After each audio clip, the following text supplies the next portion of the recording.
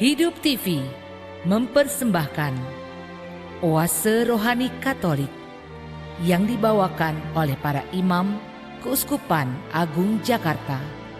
Selamat menyaksikan. Salam damai, apa kabar sahabat Oase Rohani Katolik yang terkasih? Semoga semua dalam keadaan baik dan bahagia, serta dalam naungan kasih Tuhan kita Yesus Kristus. Senang sekali pada kesempatan kali ini saya Margaret Indriana dapat menemani sahabat dalam acara kita Oase Rohani Katolik. Antifon pembuka, aku percaya padamu ya Tuhan, aku hendak bersorak dan bergirang atas kerahimanmu, sebab engkau mengindahkan kehinaanku. Sahabat, pada hari ini adalah pekan biasa yang keempat masa Prapaskah. Senang sekali pada kesempatan kali ini telah hadir di hadapan kita Romo Andang Binawan SJ yang mau berbagi informasi kepada kita maupun juga pesan-pesan inspiratif untuk sahabat dan saya. Mari kita sapa beliau. Apa kabar Romo? Baik. Puji Tuhan. Sekiranya Romo mau menyapa para sahabat? Salam damai, salam sejahtera untuk para sahabat semuanya. Ya, sahabat Oase Rohani Katolik yang terkasih, marilah kita memulai acara ini dengan doa pembuka yang akan dipimpin oleh Romo Andang. Mari kita berdoa dalam nama Bapa dan Putra dan Roh Kudus. Amin. Allah Bapa yang Maha Pengasih, kami bersyukur untuk rahmat kehidupan yang Kau berikan pada kami. Kau percaya kami pada hari ini untuk bertumbuh dan berbuah lagi di dalam hidup ini, menjadi berkat bagi keluarga, sesama, dan dunia. Kami syukuri kesempatan yang Kau berikan pada kami syukuri kesertaan-Mu, maka juga bukalah hati kami senantiasa supaya kesertaan-Mu, kekuatan-Mu, bimbingan-Mu, dan terang-Mu semakin dapat kami rasakan, dan kami dapat mengarahkan hidup ini sebaik mungkin sesuai dengan kehendak-Mu. Berkatilah kami semua, berkatilah masyarakat dan bangsa kami, supaya kami dapat bersama-sama saling menjadi berkat, sehingga kami bersama-sama memuliakan nama-Mu sepanjang segala masa. Amin. Amin. Dalam nama Bapa dan Putra dan Roh Kudus. Amin. Sahabat Oase Rohani Katolik yang terkasih, marilah kita membuka hati kita untuk mendengarkan bacaan. Bacaan pertama dari kitab Yesaya bab 65 ayat 17 sampai 21. Beginilah firman Allah. Aku menciptakan langit yang baru dan bumi yang baru. Hal-hal yang dahulu tidak akan diingat lagi dan tidak akan timbul lagi di dalam hati. Bergiranglah dan bersorak-sorak untuk selama-lamanya atas apa yang kuciptakan. Sebab sesungguhnya aku menciptakan Yerusalem penuh sorak-sorai dan penduduknya penuh kegirangan. Aku akan bersorak-sorai karena Yerusalem dan bergirang karena umatku. Di dalamnya tidak akan kedengaran lagi bunyi tangisan dan bunyi erang pun tidak. Di situ tidak akan ada lagi bayi yang hidup beberapa hari atau orang tua yang tidak mencapai umur suntuk.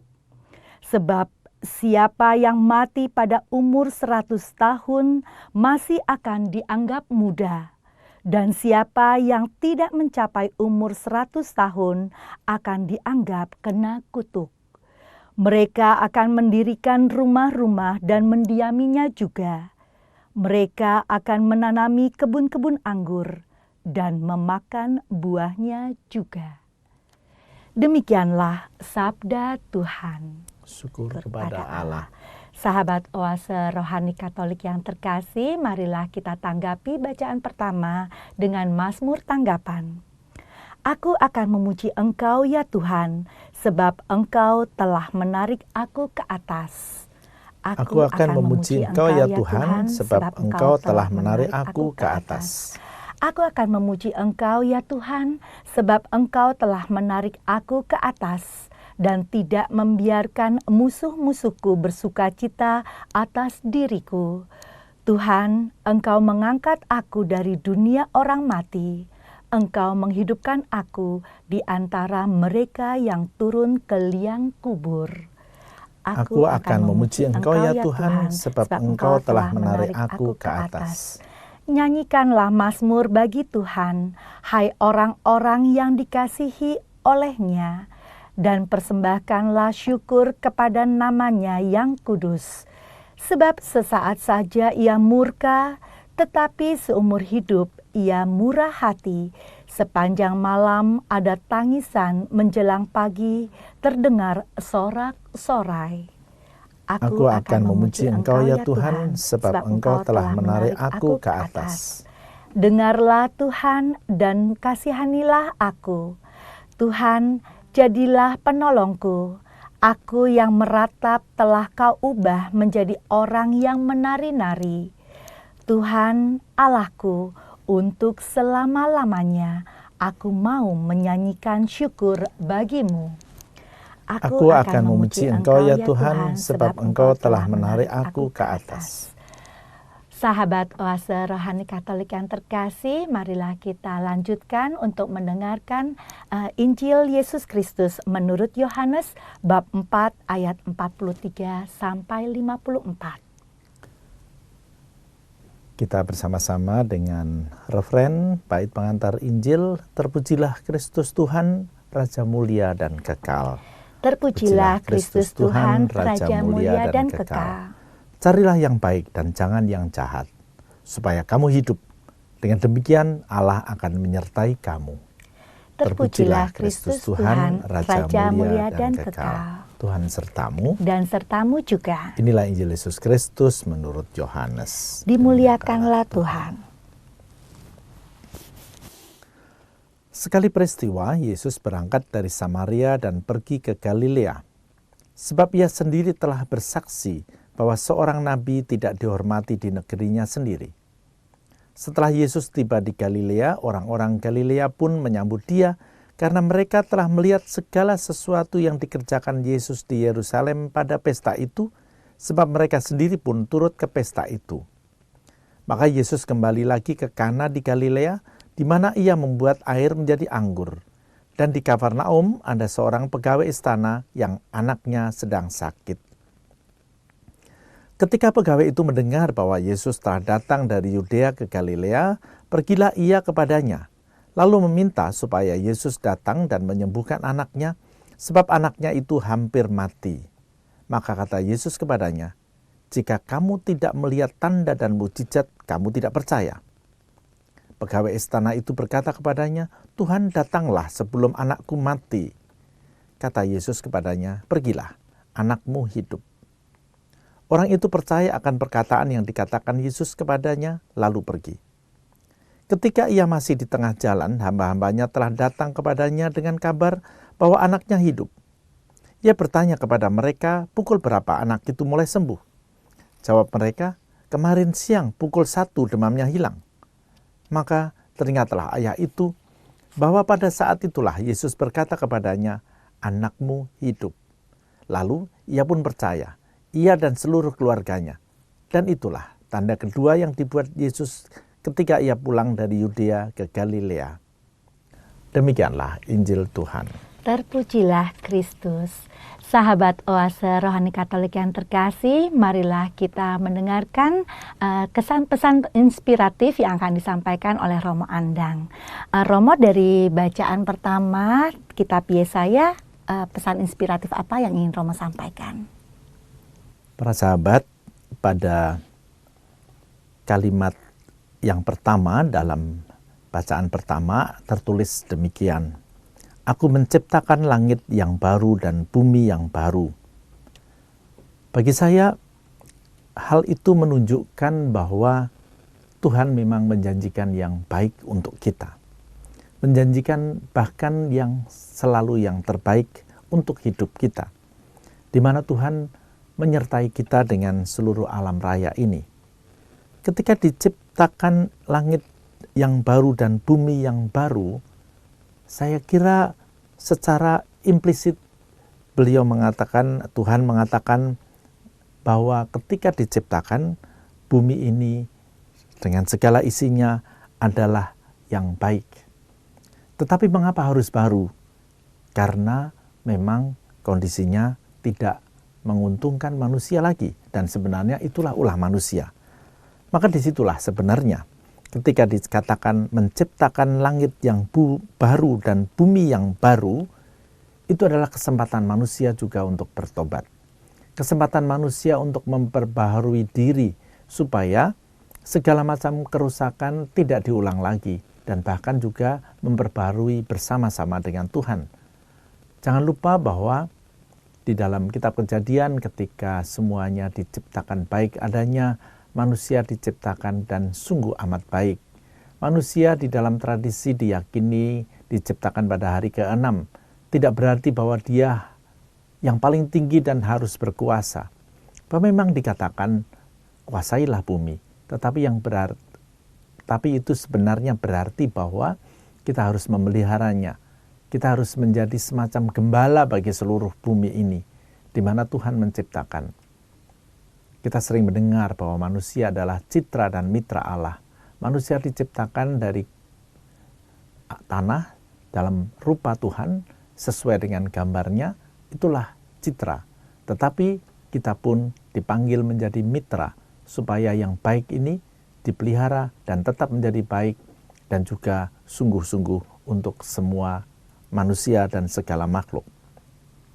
Tetapi satu catatan terakhir dalam bagian pertama ini, saya menggarisbawahi kata yang baru, karena berarti juga bukan hanya baru secara fisik, tetapi Tuhan menghendaki agar pertobatan kita yang baru itu adalah juga secara rohani. Kalau bumi seisinya kita lihat secara rohani, maka kita akan melihat kasih Allah di dalamnya. Kita melihat kesertaannya bagi kita, dan di sanalah kita lalu dipanggil untuk memelihara dan mengembangkannya, dan hidup kita pun dapat sungguh-sungguh menjadi berkat bagi orang lain. Langit yang baru dan bumi yang baru menjadi rumah yang baru, bukan hanya bagi manusia, tapi juga seluruh makhluk. Bukan hanya untuk orang Kristen, tapi juga untuk semua ciptaan Tuhan.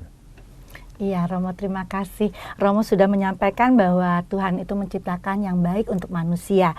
Dan kalau kita lihat, Romo, di beberapa bulan yang dahulu Jakarta kebanjiran, Romo.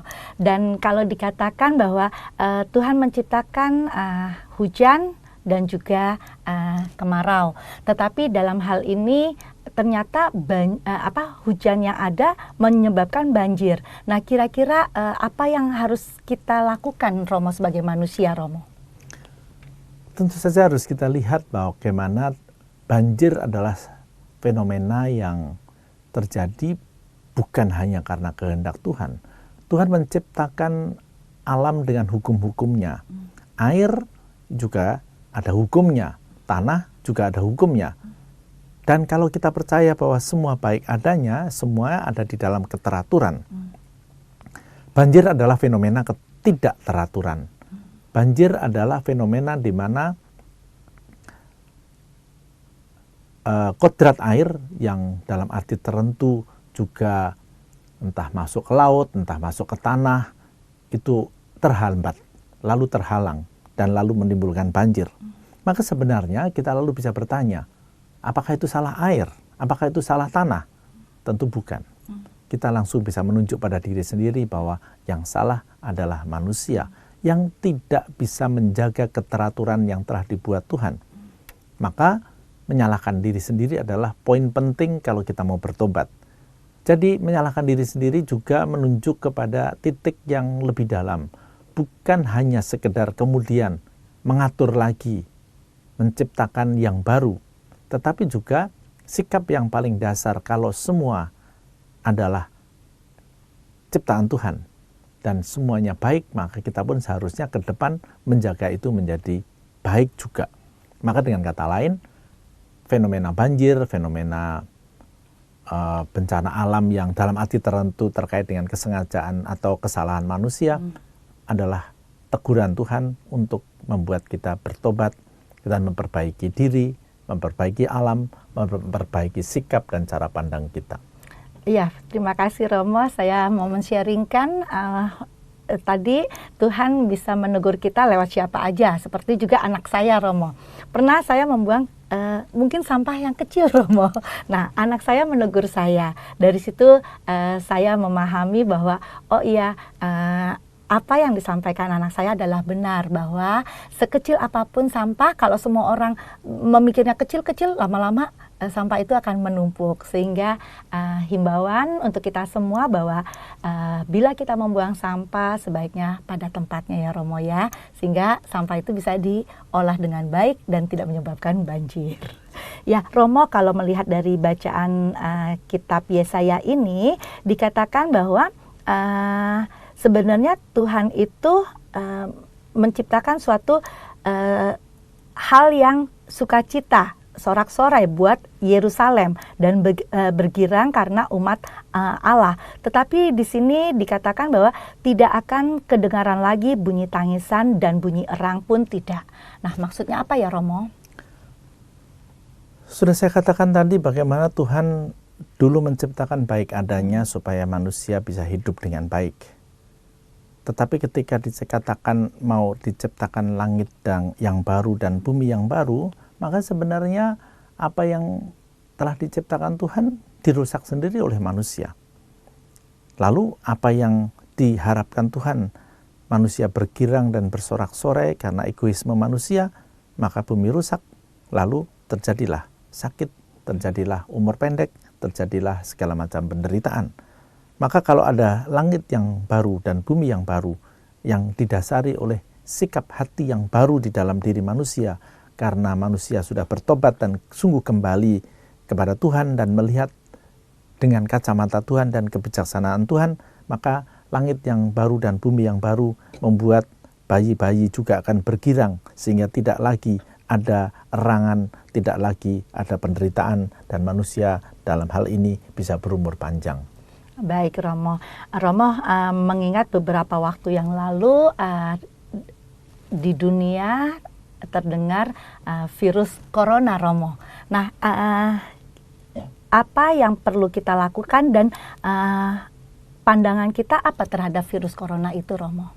Saya kira virus corona adalah dari kacamata rohani, bisa dikatakan ini bagian dari teguran Tuhan untuk supaya manusia lebih bijak dengan alam ini. Karena berkembang biaknya virus itu juga terkait dengan segala macam perubahan iklim. Di mana ketika iklim atau bumi ini menjadi sedikit lebih panas, maka virus-virus yang dulu dorman, yang dulu tidur, yang dulu tidak aktif, menjadi aktif. Dan itulah yang terjadi fenomena begitu banyak fenomena penyakit-penyakit baru yang dulu tidak ada. Karena manusialah yang sebenarnya menyebabkannya. Virusnya tidak salah, tetapi manusianya yang membuat dia berkembang biak dan kemudian menyebar begitu saja. Maka dengan kata lain, mari kita menjadi jauh lebih bijak dengan hidup kita, juga dengan hal-hal yang kecil. Bahwa sekarang virus corona sudah merebak, ya mari kita tetap berhati-hati, tetap menjaga, tetapi juga tidak panik. Dan ke depan kita belajar dari pengalaman ini supaya bisa lebih bijak dalam menjaga alam, segala macam ciptaan Tuhan. Baik Romo, Romo kan juga terkenal sangat peduli terhadap lingkungan hidup. Nah, mungkin Romo bisa men-sharingkan kegiatan-kegiatan yang bisa membantu kita semua dalam menjaga lingkungan hidup Romo. Sebenarnya bukan soal kegiatan, tetapi kegiatan-kegiatan itu yang kita adakan di paroki, di sekolah, di masyarakat. Saya berharap bahwa bukan hanya berhenti pada kegiatan. Tetapi membuat sikap kita berubah dan perilaku kita berubah. Itulah yang sering digembar-gemborkan dengan kata habitus atau didengung-dengungkan dengan kata itu. Itu adalah sebuah kebiasaan spontan di mana kita menjadi sungguh peduli. Entah peduli pada sampah, entah peduli pada pohon, entah peduli pada air. Supaya dengan demikian kita sekali lagi sebagai orang beriman mewujudkan kepercayaan kita bahwa Allah adalah pencipta langit dan bumi, masukkan dalam hati, mengubah sikap kita sadari, dan kemudian menjelma menjadi perilaku melalui tangan dan kaki kita. Jadi kembali kegiatannya banyak, entah menanam pohon lah, membersihkan sampah lah, membuat kompos lah, mengurangi plastik, membawa tumbler ke sana kemari. Itu baik, itu penting sekali. Tapi sebenarnya kita berharap bahwa tidak berhenti pada kegiatan itu, tapi bagaimana mewujudkan pertobatan kita dan mengubah hati kita. Itu maksudnya. Iya, dengan kata lain, kegiatan itu tidak berhenti di satu waktu, tetapi itu harus dilakukan sebagai perilaku yang baik ya, Romo ya, sehingga alam terjaga untuk semuanya. Ya, Romo, berkaitan dengan Injil Yesus Kristus menurut Yohanes, pesan inspiratif apa yang ingin Romo sampaikan? Sebenarnya terkait dengan bacaan pertama menjadi sangat jelas ketika Yesus menyembuhkan orang sakit supaya dapat hidup. Sebenarnya kan sama, menciptakan bumi yang baru supaya manusia sungguh-sungguh bisa hidup dengan baik. Bacaan pertama dan bacaan kedua, Injil menggarisbawahi itu dengan bagaimana Yesus pun diutus Bapa untuk memelihara hidup. Maka dengan kata lain, di satu sisi kita percaya bahwa Allah itu menciptakan hidup dan menjaga kita. Tapi di sisi lain, kita pun harus memaknai bagaimana kita hidup itu mempunyai tujuan. Hidup bukan hanya untuk diri sendiri, tetapi hidup untuk menjadi berkat bagi orang lain. Dan dengan kata lain, hidup adalah sebuah kesempatan. Hidup adalah kesempatan untuk berbuah, untuk bertumbuh, juga melalui segala macam pergumulan dan perilaku-perilaku kita. Di sanalah Yesus sekali lagi menjadi kehadiran Bapa yang sungguh mengasihi kita.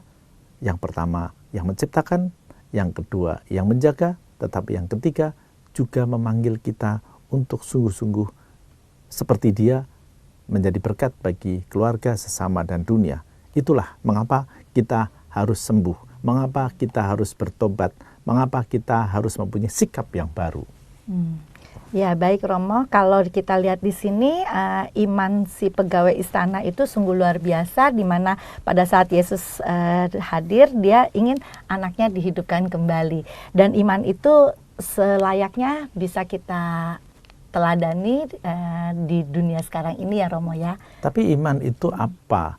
Itu harus kita dalami, karena sering orang hanya menafsirkan atau merumuskan iman itu hanya sekedar percaya. Percaya bahwa Yesus akan menyembuhkan. Menurut saya sebenarnya tidak cukup. Iman yang sejati adalah ketika kita sungguh bukan hanya percaya, tapi menyerahkan hidup kita pada Allah. Dan jangan lupa bahwa ciri khas iman Kristiani adalah percaya bahwa Allah sebagai Bapa. Bapa itu adalah sosok yang paling tahu kebutuhan kita dan juga memberikan yang paling baik bagi kita. Jadi iman itu adalah ketika dia pasrah, betul bahwa dia minta anaknya sembuh, tapi iman yang dalam adalah Tuhan, bukan kehendakku yang terjadi, tapi kehendakmu, seperti dicontohkan oleh Yesus.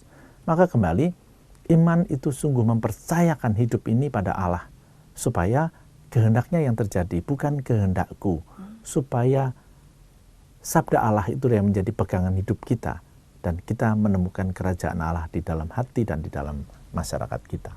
Baik Romo, dan kalau dilihat benang merahnya apa nih Romo dari kitab Yesaya dan juga Injil Yesus Kristus menurut Yohanes, Romo?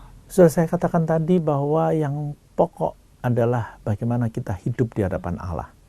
Hidup menurut kehendak Allah, hidup di dalam pandangan Allah, dan karena selama ini kita itu hidup untuk diri kita sendiri, dan melihat dari kacamata diri sendiri saja, terjadilah segala macam kerusakan, terjadilah kematian, terjadilah sakit. Dan dengan demikian kita perlu kehadiran Tuhan yang membebaskan itu, tapi sekaligus pertobatan di dalam hati kita.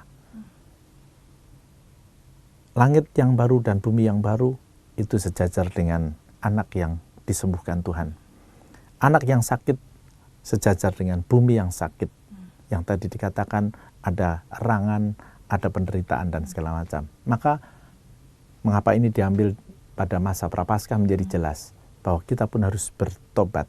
Kita harus mengubah cara pandang kita, tidak hanya mementingkan kepentingan diri sendiri, kepentingan perut kita, kepentingan tubuh kita, tapi juga kepentingan yang paling dalam, kepentingan rohani, dan di sanalah kehendak Allah yang seharusnya meraja pada kita dan terjadi di dalam hidup kita. Kalau demikian, kita akan hidup. Kalau demikian, akan ada langit yang baru dan bumi yang baru. Baik. Dengan demikian Romo Andang mengajak kita untuk melakukan pertobatan, di mana kita sebentar lagi akan merayakan Paskah, dan itu yang akan menjadi iman dan kepercayaan kita, di mana kita ingin setiap yang kita lakukan itu seturut dengan kehendak Allah Bapa di surga, ya Romo ya. Baiklah sahabat Oase Rohani Katolik yang terkasih, demikianlah perbincangan kita pada sesi yang pertama ini. Akan kita lanjutkan pada sesi yang berikutnya. Hidup TV mempersembahkan Oase Rohani Katolik yang dibawakan oleh para imam Keuskupan Agung Jakarta. Selamat menyaksikan. Sahabat Oase Rohani Katolik yang terkasih, masih bersama kami Romo Andang Binawan SJ dan Margaret Indriana. Bagi para sahabat Oase Rohani Katolik yang mau memberikan masukan atau pesan-pesan, dapat menyampaikannya ke nomor handphone 0881 0251 33438 atau ke alamat email orkkaj@yahoo.com. Ya, Romo, mungkin ada sahabat Oase yang baru bergabung di sesi yang kedua ini. Kiranya Romo bisa memberikan apa yang sudah disampaikan di sesi yang pertama. Baiklah, salam damai dan salam sejahtera dulu untuk rekan-rekan atau para sahabat yang baru bergabung. Pada bagian pertama tadi, kita menggarisbawahi apa yang dikatakan di dalam Injil, bagaimana Yesus menyembuhkan anak seorang perwira yang sedang sakit. Dan itu sejajar dengan apa yang dikatakan oleh Nabi Yesaya tentang langit yang baru dan bumi yang baru yang mau diciptakan Tuhan. Kesejajaran antara langit yang baru dan bumi yang baru dengan anak yang sembuh sebenarnya menjadi sangat jelas, karena entah dalam konteks ini sakitnya bumi dan sakitnya manusia sebenarnya sangat terkait erat dengan kedosaan dan egoisme kita. Cara pandang kita yang terlalu menekankan diri sendiri, bahkan menekankan tubuh kita masing-masing, membuat bumi ini rusak dan kita tidak bisa hidup seturut kehendak Allah.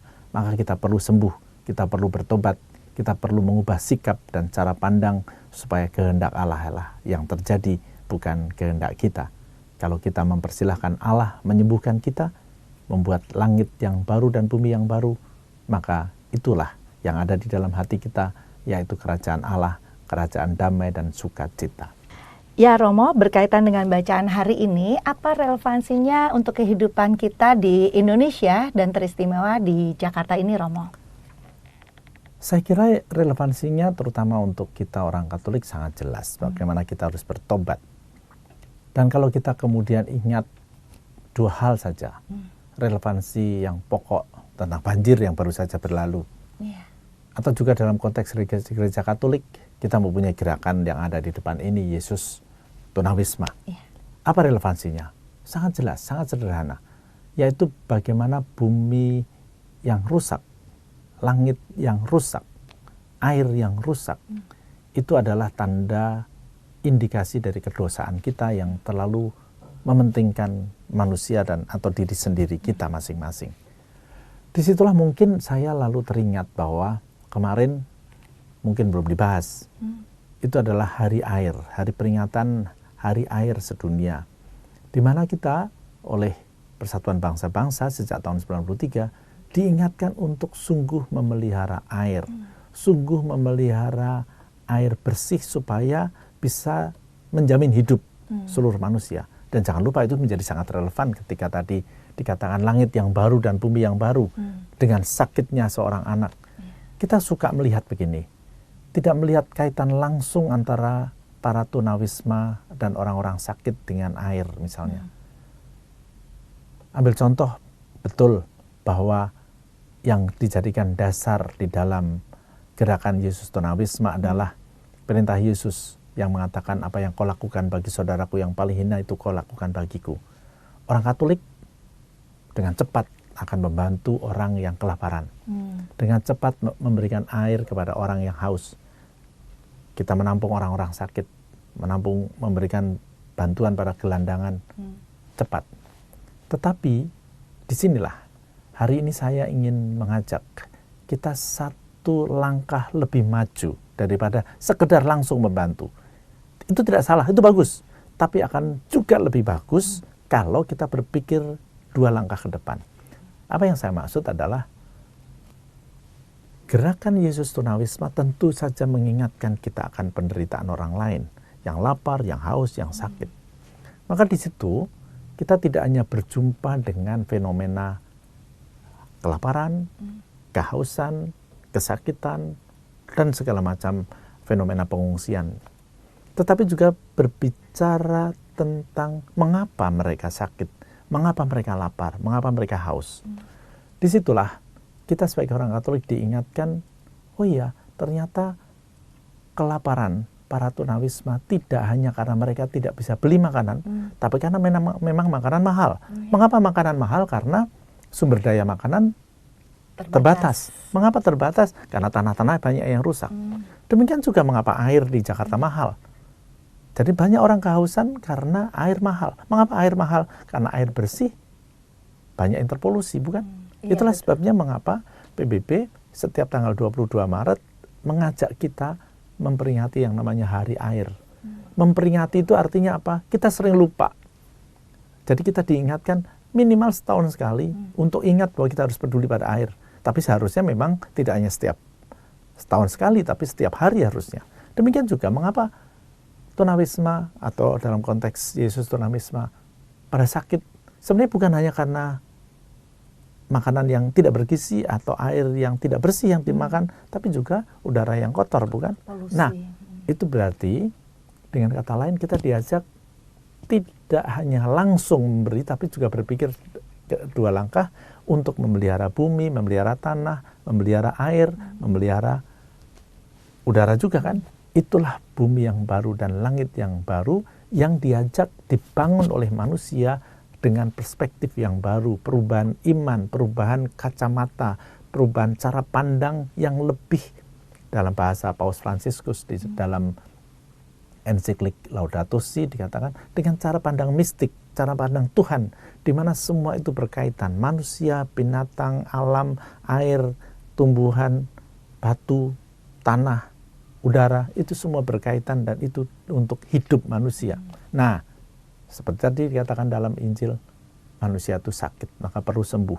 Bukan hanya diri kita yang sembuh, tapi kita pun membantu menyembuhkan orang-orang itu dengan sekali lagi memelihara alam ini, dan terutama dalam konteks Hari Air yang kemarin kita peringati, mari kita sungguh-sungguh menjaga itu, sehingga dengan demikian apa yang dulu diciptakan Tuhan baik adanya juga akan tetap baik dan mendukung hidup manusia dan seluruh makhluk. Baik Romo, kalau tadi dikatakan Romo bahwa kita harus memelihara bumi nih Romo. Nah mungkin Romo bisa men-sharingkan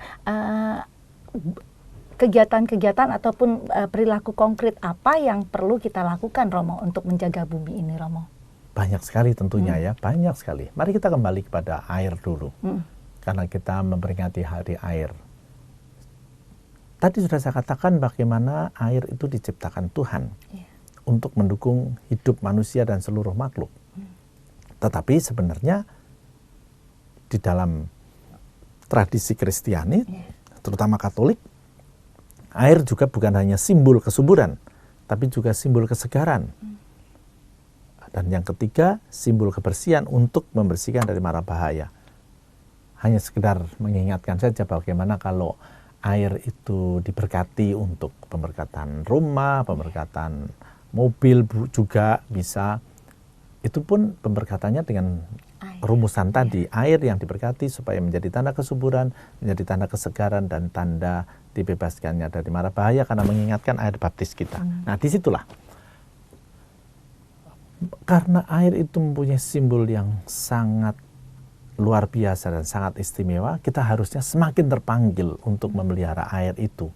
Jadi, kalau misalnya sekarang ini ada gerakan kita mengajak untuk pantang mengurangi pemakaian plastik, terutama plastik sekali pakai. Sekali lagi tidak anti, tapi hanya mengurangi. Juga styrofoam. Karena fenomenanya adalah air yang menjadi bahan baku air bersih di Jakarta ini, khususnya Jakarta, itu banyak terpolusi oleh plastik dan styrofoam. Dalam penelitian akhir-akhir ini banyak sekali air, terutama dari lautan atau juga dari sungai, yang sudah terpolusi yang namanya mikroplastik, bukan? Yaitu plastik yang sudah menjadi butiran-butiran sangat kecil dan masuk ke dalam air, dan itu masuk dalam tubuh manusia. Dan kalau menjadi bagian dari manusia, maka lalu akan menjadi sumber penyakit. Nah, disitulah sebenarnya kesembuhan Yesus berdasarkan iman itu tidak hanya kesembuhan fisik, kesembuhan yang ada di dalam dunia kedokteran, tapi kesembuhan rohani di mana sikap kita yang harus berubah. Sehingga dengan demikian, segala macam kegiatan dan aksi-aksi itu sungguh didasari oleh iman. Mengurangi plastik maupun styrofoam, membawa botol minum sendiri kemana-mana dalam berbagai macam acara, mengurangi sedotan plastik, termasuk memilah sampah. Itu adalah gerakan-gerakan yang sebenarnya bukan pertama-tama hanya supaya plastik kurang, tetapi sekali lagi menjadi gerakan iman yang membuat iman kita bisa mewujud di dalam perilaku, dan di sanalah sekali lagi kita mewujudkan manusia sebagai mitra Allah yang menciptakan bumi yang baru dan langit yang baru, seperti dikatakan di dalam Nabi Yesaya tadi. Sungguh sangat gamblang sekali Romo menyampaikan perihal pertobatan kita yang bisa kita lihat di sini, di mana kita harus menjaga bumi beserta isinya, dan terutama dari perilaku-perilaku yang positif, yaitu dengan cara mengurangi penggunaan plastik dan styrofoam, juga membawa botol minum pada saat kita melakukan kegiatan, sehingga sampah-sampah itu bisa dapat dikurangi dan tidak menjadikan polusi buat lingkungan kita ya Romo ya. Nah, mungkin ada hal yang lain yang Romo mau sampaikan lagi. Yang kedua tentunya adalah gerakan-gerakan yang lebih besar. Bagaimana misalnya kita bersinggungan atau bahkan bekerja sama dengan kelompok-kelompok di luar agama Katolik. Jadi gerakan-gerakan menanam pohon, gerakan-gerakan untuk juga gerakan-gerakan sosial, sebenarnya juga bagian dari kita mau bekerja sama dan menghargai segala makhluk. Ambil contoh saja, kita suka diajak melakukan kegiatan menanam pohon, seperti tadi saya katakan. Itu bukan pertama-tama supaya pohonnya tertanam, tetapi juga supaya kita berelasi dengan alam dengan baik, tapi sekaligus berelasi dengan saudara-saudara kita dari agama lain. Itu adalah sebuah gerakan di mana kita menjadi sungguh-sungguh keluarga Allah. Demikian juga, yang juga kadang-kadang kita mendapat undangan, gerakan untuk membersihkan sungai, gerakan untuk memungut sampah misalnya. Itu bukan pertama-tama supaya bersih, tapi sikap kita sekali lagi menjadi mewujud relasi kita dengan diri sendiri menjadi lebih baik, relasi dengan alam, tapi juga relasi dengan sesama. Maka kembali, kegiatan-kegiatan itu diprakarsai dan dicoba digelindingkan bukan pertama-tama sebagai tujuan, tapi sebagai sarana dari kacamata iman kita, mewujudkan iman menjadi gerakan kepedulian yang sungguh nyata dan mengubah perilaku kita, mengubah sikap kita, dan mengubah seluruh tanda petik tangan dan kaki kita. Iya. Baik Romo, kemarin yang lalu juga kami juga pernah Romo bersama dengan satu komunitas itu dengan lintas alam kebinekaan. Jadi yang seperti Romo sampaikan, bersama dengan umat di agama lain kita bahu-membahu untuk membersihkan pantai Romo. Ya. Karena sampahnya kan luar biasa. Ya. Tetapi tadi yang Romo bilang, kita tidak berhenti di situ saja, tetapi kita berkelanjutan. Salah satunya misalnya menanam pohon. Dan itu bukti nyata atau bukti konkret di mana kita bisa melindungi alam ini bersama dengan umat beriman lainnya ya Romo. Ya, hal yang lain berkaitan dengan Hari Air yang kemarin sudah dirayakan, kira-kira diperingati apa yang bisa kita ambil Romo? Mari kita lebih dahulu mengingat bagaimana bumi ini sangat tergantung pada air. Tetapi terlebih untuk manusia dan makhluk, tanaman maupun binatang, terutama yang di daratan, sangat tergantung pada air bersih dan air tawar. Yang orang sering lupa adalah bahwa ternyata ketersediaan air tawar di dunia ini itu hanya total 2,5% dari seluruh air di dunia. Karena berarti 97,5% itu air laut atau air asin. Dari 2,5% air tawar yang ada, itu 60% atau bahkan 70% itu ada di lapisan-lapisan es, di kutub-kutub. Berarti Tinggal 30%. tinggal 1%, dan 1% ini yang ada di permukaan hanya juga 1%-nya. Yang lain ada di tanda petik rawa-rawa, ada di sungai-sungai, tapi yang bisa diakses orang dari dalam permukaan tanah itu sebenarnya sangat kecil. Nah, maka bahayanya ada dua. Yang pertama, yang sudah sedikit ini pun kita kotori dengan segala macam polusi yang ada, entah sampah yang dibuang sembarangan oleh manusia dari dapur, tapi juga oleh pabrik-pabrik dengan industri, dengan polusi-polusi mereka, dengan limbah mereka. Itu sudah menjadi malapetaka sebenarnya. Tapi yang kedua juga, jangan lupa, terutama minimal Jakarta, kita tahu air yang sedikit ini disedot oleh gedung-gedung tinggi. Nah, dampaknya dua. Ketersediaan air bersih berkurang, tapi juga tanah menjadi turun. Ini yang sering orang lupa. Karena kalau tidak hati-hati, banjir itu sebenarnya juga bukan hanya air hujan yang banyak, bukan hanya karena saluran air tidak tersedia, tetapi juga karena tanah di Jakarta sudah lebih turun daripada laut. Sehingga memang air tidak bisa mengalir dengan lancar ke laut karena tanah di Jakarta sudah turun. Ambil contoh saja fenomena dulu Kelapa Gading nggak banjir tapi sekarang banjir. Itu kan itu bukan hanya karena tidak ada pompa yang nyedot dari sana, tapi juga memang tanah di daerah utara terutama itu sudah penurunannya lebih tinggi daripada di tengah atau di selatan. Tapi itu sangat terkait dengan air. Maka sekali lagi peringatan Hari Air menjadi sangat relevan bagi kita untuk mewujudkan apa yang tadi dikatakan di dalam Kitab Yesaya maupun Yesus sendiri yang juga mengatakan supaya kita hidup dengan baik, maka air menjadi sangat mutlak dan perlu kita perhatikan baik-baik. Maka demikian juga implikasi praktisnya bukan hanya supaya kita memelihara air, tetapi juga kalau minum ya habiskan, jangan dibuang. Itu kan ambil contoh. Itulah sebabnya mengapa kita membawa botol minuman sendiri-sendiri, karena biasanya kalau kita dengan minuman kemasan yang kita minum paling separuh, ya kan? Ada juga yang habis tentunya, tetapi banyak yang kemudian dibuang. Bahwa dibuang itu kembali ke tanah, iya, tetapi berarti kita menyia-nyiakan yang sudah ada kan? Yang bersih lagi ya. Iya. Dan kembali yang kedua, segala macam aksi kepedulian pada alam ini tentu saja akan juga mempererat hubungan kita dengan saudara-saudara kita dari agama lain, karena Tuhan menciptakan bumi ini kan tidak hanya untuk orang Katolik, tidak hanya untuk orang yang menyembah Tuhan, yang tidak percaya Tuhan pun juga hidup di dalam bumi yang sama. Dan itu sangat ditekankan oleh Paus Fransiskus dalam ensiklik Laudato Si, di mana bumi adalah rumah bersama. Nah, rumah bersama ini salah satu unsur yang sangat penting adalah air. Maka jangan lupakan, mari kita pelihara air kita.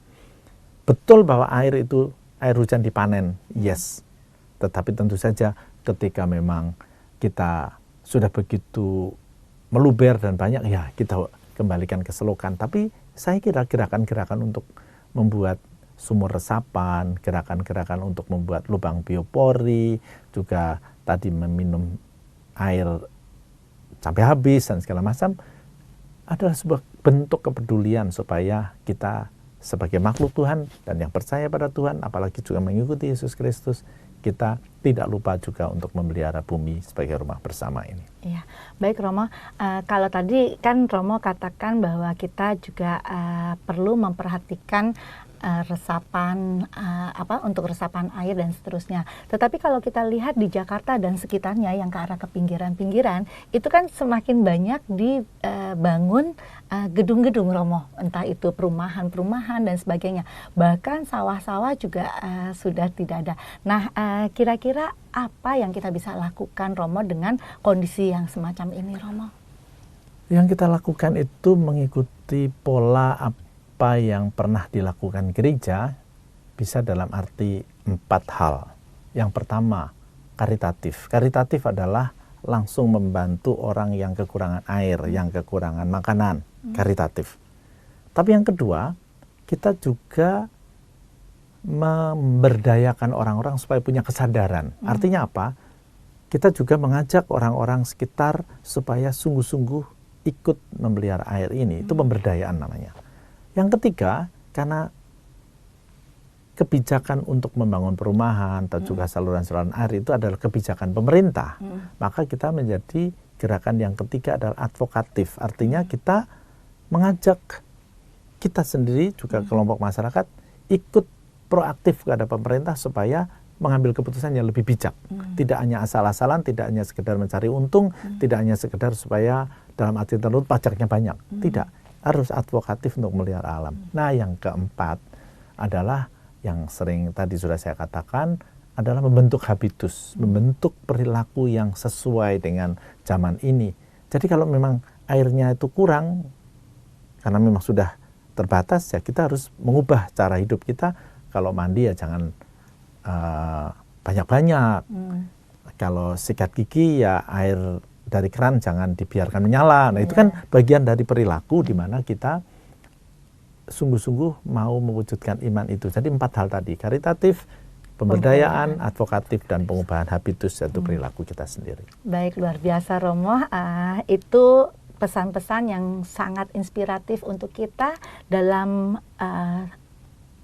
usaha kita menjaga lingkungan ini. Walaupun kita lihat bahwa terutama di Jakarta kepadatan penduduk luar biasa, sehingga tidak dapat dipungkiri pembangunan berjalan dengan seperti sekarang ini, tetapi juga kita bisa ambil dari 4 hal yang tadi. Ya Romo, sebelum berakhir, hal yang lain yang berkaitan dengan kita mau persiapan Paskah ini, pesan-pesan apa nih yang Romo mau sampaikan selain pertobatan yang tadi? Sebenarnya inti Prapaskah adalah pertobatan. Tapi pertobatan itu sekali lagi adalah bukan hanya sekedar berhenti di dalam aku dulu melakukan lalu sekarang tidak melakukan. Itu penting. Tapi sekali lagi pertobatan adalah sikap yang paling dalam hati kita. Di mana kita mau mendengarkan Tuhan, di mana kita mau membuka hati kita pada Tuhan, di mana kita mau sungguh-sungguh melaksanakan kehendak Tuhan. Itulah pertobatan. Simbol pertobatan dengan pantang dan puasa. Dengan mengurangi makan daging, tidak merokok, mengurangi garam, itu kan klasik. Tapi sebenarnya yang mau disimbolkan bukan itunya, tapi bahwa rasa nikmat dan kenikmatan dari daging, dari rokok yang adiktif, atau juga yang lain-lain, bahkan sekarang bukan hanya rokok kan yang adiktif, tapi juga gadget, tapi juga games. Demikian juga dengan garam. Itu adalah indikasi bagaimana kita terikat pada kenikmatan itu sehingga lupa membuka hati dan mendengarkan Tuhan yang selalu datang mau mengetuk hati kita. Tuhan yang mau datang bukan hanya untuk menyapa kita, tapi menyertai kita supaya menjadi lebih baik. Nah, kalau kita tidak pernah mendengarkan ketukan Tuhan, karena kita sibuk mencari kenikmatan, kita tidak akan pernah menjadi lebih baik. Maka kembali, pertobatan adalah di mana kita membuka hati, di mana kita mau sungguh-sungguh menyadari Tuhan membimbing dan mengharapkan kita menjadi manusia yang lebih baik. Tadi di dalam Mazmur antar bacaan dikatakan, sebab engkau telah menarik aku ke atas. Itu tidak hanya ke surga, tapi ke atas itu berarti kita lebih daripada manusia-manusia kebanyakan. Bukan untuk menguasai, tapi menjadi contoh bagaimana kita itu semakin dekat dengan kehendak Tuhan. Menarik ke atas. Bahasa Italinya tiramisu. Kalau Anda ingat tiramisu, Anda diingatkan untuk sungguh-sungguh mengikuti Tuhan yang menarik ke atas menjadi manusia yang lebih baik. Itu yang tentunya kita harapkan. Baik Romo, ya sahabat Oase Rohani Katolik yang terkasih, demikianlah perbincangan rohani dari Romo Andang Binawan dan saya Margaret Indriana. Dan sebelumnya kita mohon doa dan berkat dari Romo. Baiklah, mari kita akhiri perjumpaan kita pada hari ini dengan berdoa. Dalam nama Bapa dan Putra dan Roh Kudus. Amin. Amin. Allah Bapa sumber kehidupan, Engkau telah memberikan kepada kami bukannya hidup tapi juga alam raya ini, langit, bumi, dan segala macam isinya yang menjadi rekan bagi kami untuk saling bergantung, saling menguatkan di dalam upaya bertumbuh dan berbuah seperti Kau kehendaki. Bimbinglah kami supaya panggilan itu tetap meresap dalam hati kami. Bukalah mata dan hati kami supaya kami mampu memahami kehendak-Mu dan Kau kuatkan tangan dan kaki kami untuk melaksanakannya. Maka kami pun berharap bahwa masa prapaskah yang masih akan kami lalui membuat kami semakin sadar bahwa kami harus memperhatikan seluruh kepentingan bumi ini, seluruh makhluk, bukan hanya diri kami sendiri, demi kemuliaan-Mu sepanjang segala masa. Amin. Dan semoga kita senantiasa di dalam upaya bertumbuh dan berbuah menjadi berkat bagi sahabat, kerabat, dan masyarakat, dikuatkan oleh Allah yang Maha Kuasa, Bapa, Putra, dan Roh Kudus. Amin. Amin. Sahabat Oase Rohani Katolik yang terkasih, demikianlah akhir perjumpaan kita, dan Romo Andang saat ini juga mengajak kita kepada pertobatan yang sejati, di mana kita akan memasuki masa Prapaskah. Semoga apa yang sudah disampaikan dapat menginspirasi kehidupan sahabat Oase Rohani Katolik hari ini dan hari-hari yang akan datang. Amalkan Pancasila, kita adil, bangsa sejahtera. Demikianlah Oase Rohani Katolik yang dibawakan oleh para imam Keuskupan Agung Jakarta. Tuhan memberkati.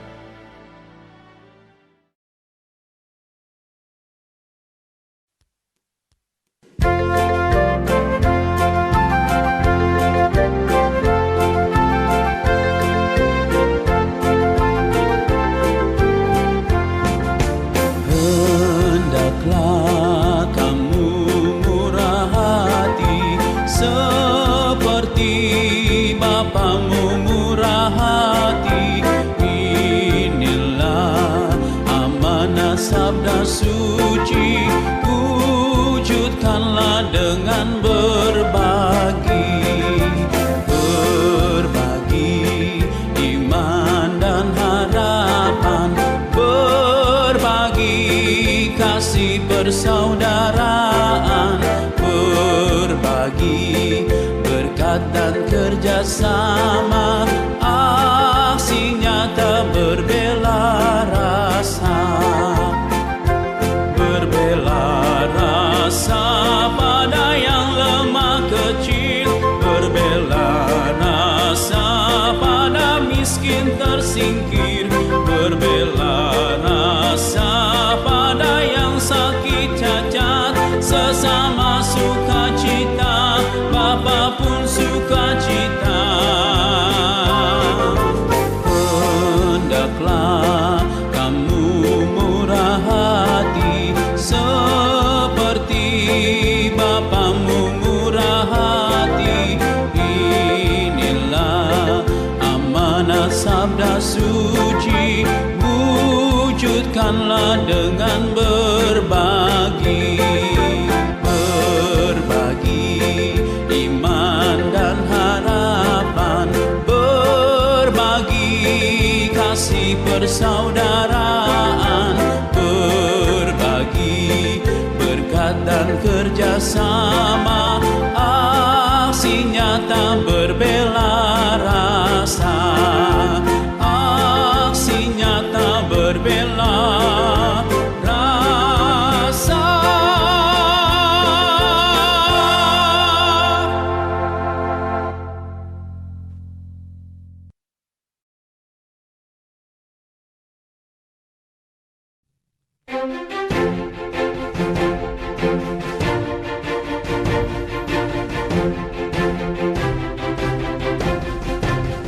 Indahnya hidup dalam persaudaraan, saling cinta serta mengasihi, dan peduli pada sesama sebagai tanda syukur kita.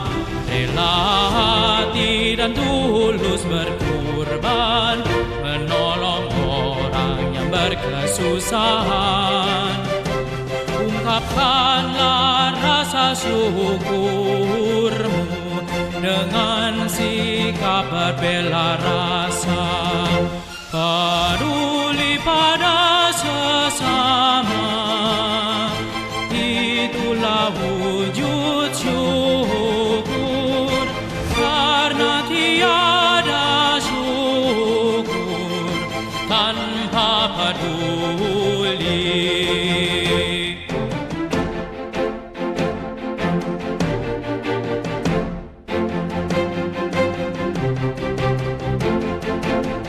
Indahnya hidup dalam persaudaraan, saling cinta serta mengasihi, dan peduli pada sesama sebagai tanda syukur kita.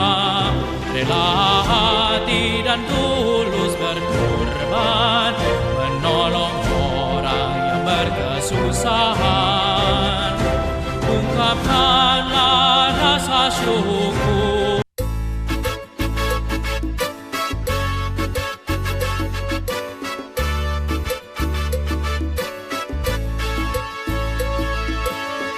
Kami menyanyi lagunya asli.